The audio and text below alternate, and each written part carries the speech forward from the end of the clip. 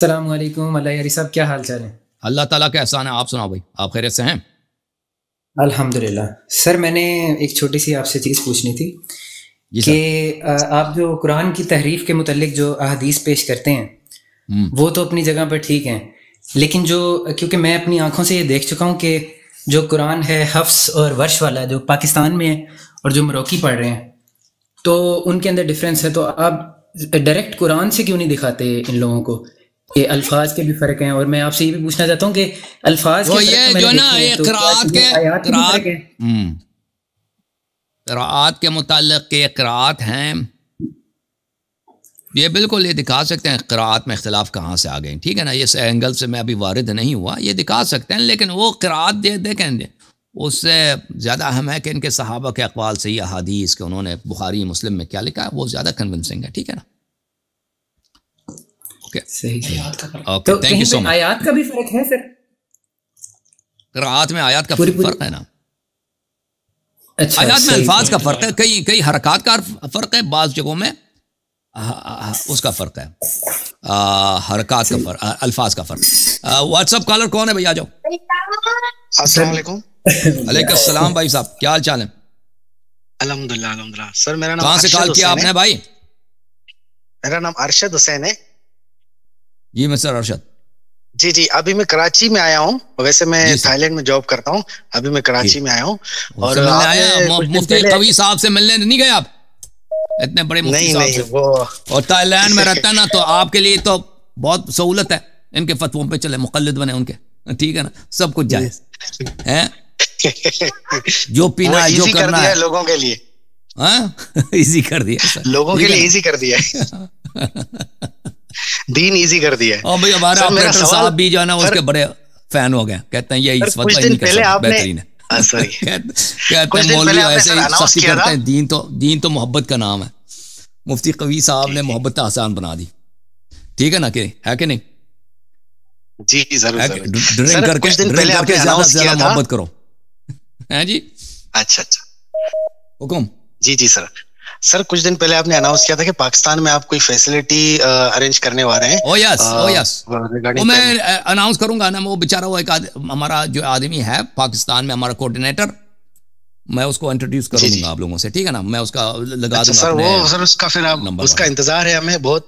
اور ایک دوسرا سر میرا ایک چھوٹا سا سوال ہے، اہل سنت کے حضرات جو حضرت ابو بکر اور عمر، ان کو سب کو سیدنا کیوں کہتے ہیں؟ سیدنا، سید کا مطلب ہے سردار. سید کا مطلب کیا ہے؟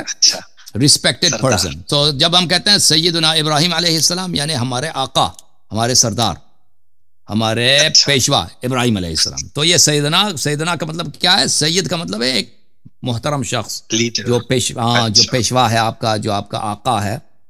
تو ہم رسول صلی اللہ علیہ وسلم کے متعلق بھی کہتے ہیں کہ سیدنا رسول اللہ صلی اللہ علیہ وسلم، یہ کہہ سکتے ہیں ہمارے آقا رسول اللہ صلی اللہ علیہ وسلم. جی ہاں، اس کا یہ وجہ. Okay thank you sir.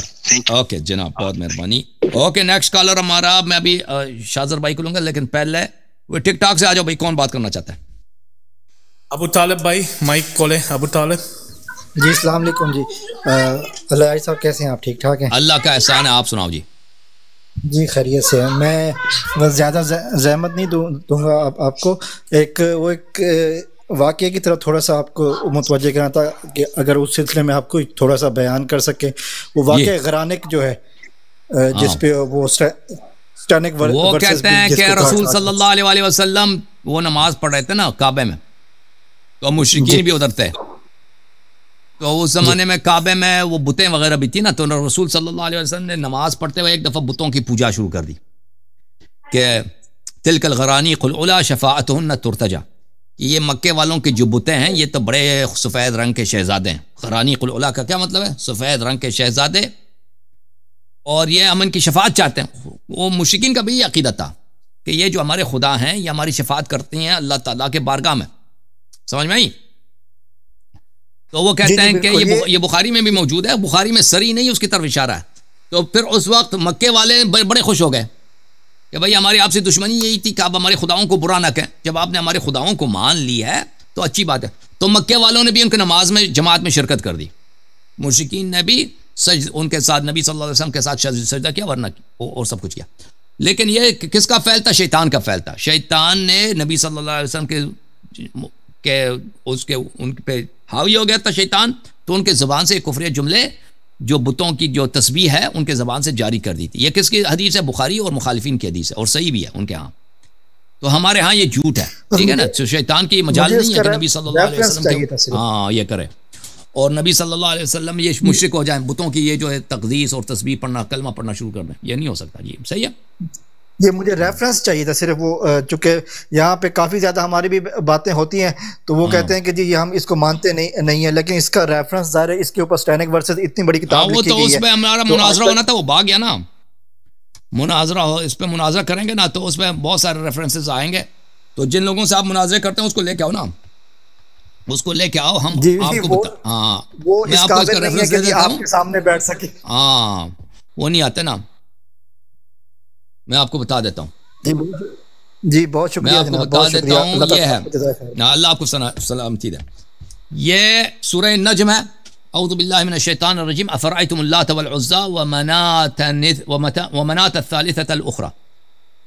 یہ آیت ہے. کہتے ہیں نبی صلی اللہ علیہ وسلم نے یہ آیت پڑھے تھے تو اس آیت کے بیچ میں انہوں نے ان کے بتوں کی پوجا بھی انہوں نے شروع کر دی, ان کا کلمہ بھی پڑھ لیا. یہ کتاب جامع البیان عن تاویل آیات القرآن ابن جریر طبری کے جزء 17, یہاں پر یہ ہے صفحہ نمبر 228 220. یہ ہے یہاں پر یہ ہے کہ شیطان نے تلک الغرانیق العلا وغیرہ جو میں نے بتا دیا نا باہر سے, اردو میں نے بتا دیا, اب عربی نہیں پڑھوں گا. تو یہ یہاں پر اس نے کئی روایات لے کے آئے صحیح اسانید کے ساتھ. اور بخاری میں بھی میں آپ کو دکھا دوں, بخاری میں بھی یہ موجود ہے. یہ کتاب ہے صحیح بخاری, چابدار احیاء التراث 2001 میں چھپی ہے. یہ ہے حدیث نمبر 4862 4863 بخاری میں, کہ عبداللہ ابن عباس کہتے ہیں کہ نبی صلی اللہ علیہ وسلم سورہ والنجم پڑھ رہے تھے. وَسَجَدَ مَعْهُ الْمُسْلِمُونَ وَالْمُشْرِكُونَ, ان کے ساتھ مسلمانوں اور مشرکوں نے سجدہ کیا. مشرکوں نے کیوں سجدہ کیا؟ سورہ والنجم, اس کی تفصیل بخاری نے حذف کی ہے, دوسرے کتب میں موجود ہے. مشرکین نے اس لیے سجدہ کیا تھا کہ انہوں نے کلمہ پڑھا تھا, کفار کے بتوں کا کلمہ پڑھا تھا, نستجیر باللہ.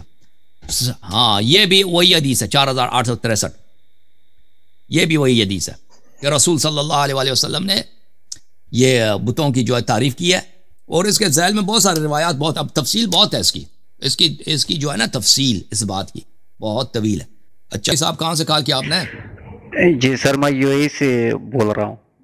جی میرے بھائی کیا حکم ہے؟ سر میرے 2 سوال ہے, پلیز اگر آپ نے اس کا جواب دے دے, میرے کو بہت چوبتے ہیں. پہلے تو سر یہ ہے کہ جب امام زمانہ آئیں گے تو آج کل تو دنیا نے بہت ٹیکنالوجی اور جو ہے نا ترقی کر لی, تو کیا یہ ٹائم ریورس میں چلا جائے گا؟ معلوم کہ وہ جب آئیں گے نا تو اس زمانے میں ٹیکنالوجی کی کیا حالت ہوگی. ہاں ہمیں نہیں معلوم یہ ٹیکنالوجی اسی طرح ہوگی یا یہ اگر تیسری عالمی جنگ ہو جائے نا, تو بہت سارے ٹیکنالوجی جو ہے کام دینا بند کر دیں گے, پھر بجلی بھی نہیں ہوگا, تیل بھی نہیں ہوگا, کچھ بھی نہیں ہوگا. اگر تیسری عالمی جنگ ہو جائے تو بہت ساری چیزیں جو ہیں شاید ہو سکتا ہے, کیونکہ جس طرح دنیا ترقی کر گئی ہے, دنیا اسی طرح دنیا نے اپنے آپ کو تباہ کرنا بھی سیکھا ہے اور اپنے آپ کو تباہ کرنے کی صلاحیت بھی پیدا کی ہے. ہو سکتا ہے جب امام عصر علیہ السلام آ جائیں ٹیکنالوجی اس سے زیادہ ترقی یافتہ ہو, یعنی کئی گنا, جو ابھی ہم سوچ بھی نہیں سکتے نا. یہ بھی ہو سکتا ہے کہ جب وہ تشریف لائیں تو انسانیت نے اپنے بدبختی سے اتنے اپنے آپ کو تباہ کی ہو کہ پھر اسی طرح پرانے زمانے کی طرح نہ گاڑی ہے نہ بیل ہے, لوگ گھوڑے پہ چلتے ہیں. یہ بھی ممکن ہے. تو ہمیں نہیں معلوم میرے بھائی, احادیث میں اس کی طرف کوئی تصریح نہیں ہے کہ دنیا اس لحاظ سے کس طرح ہوگی.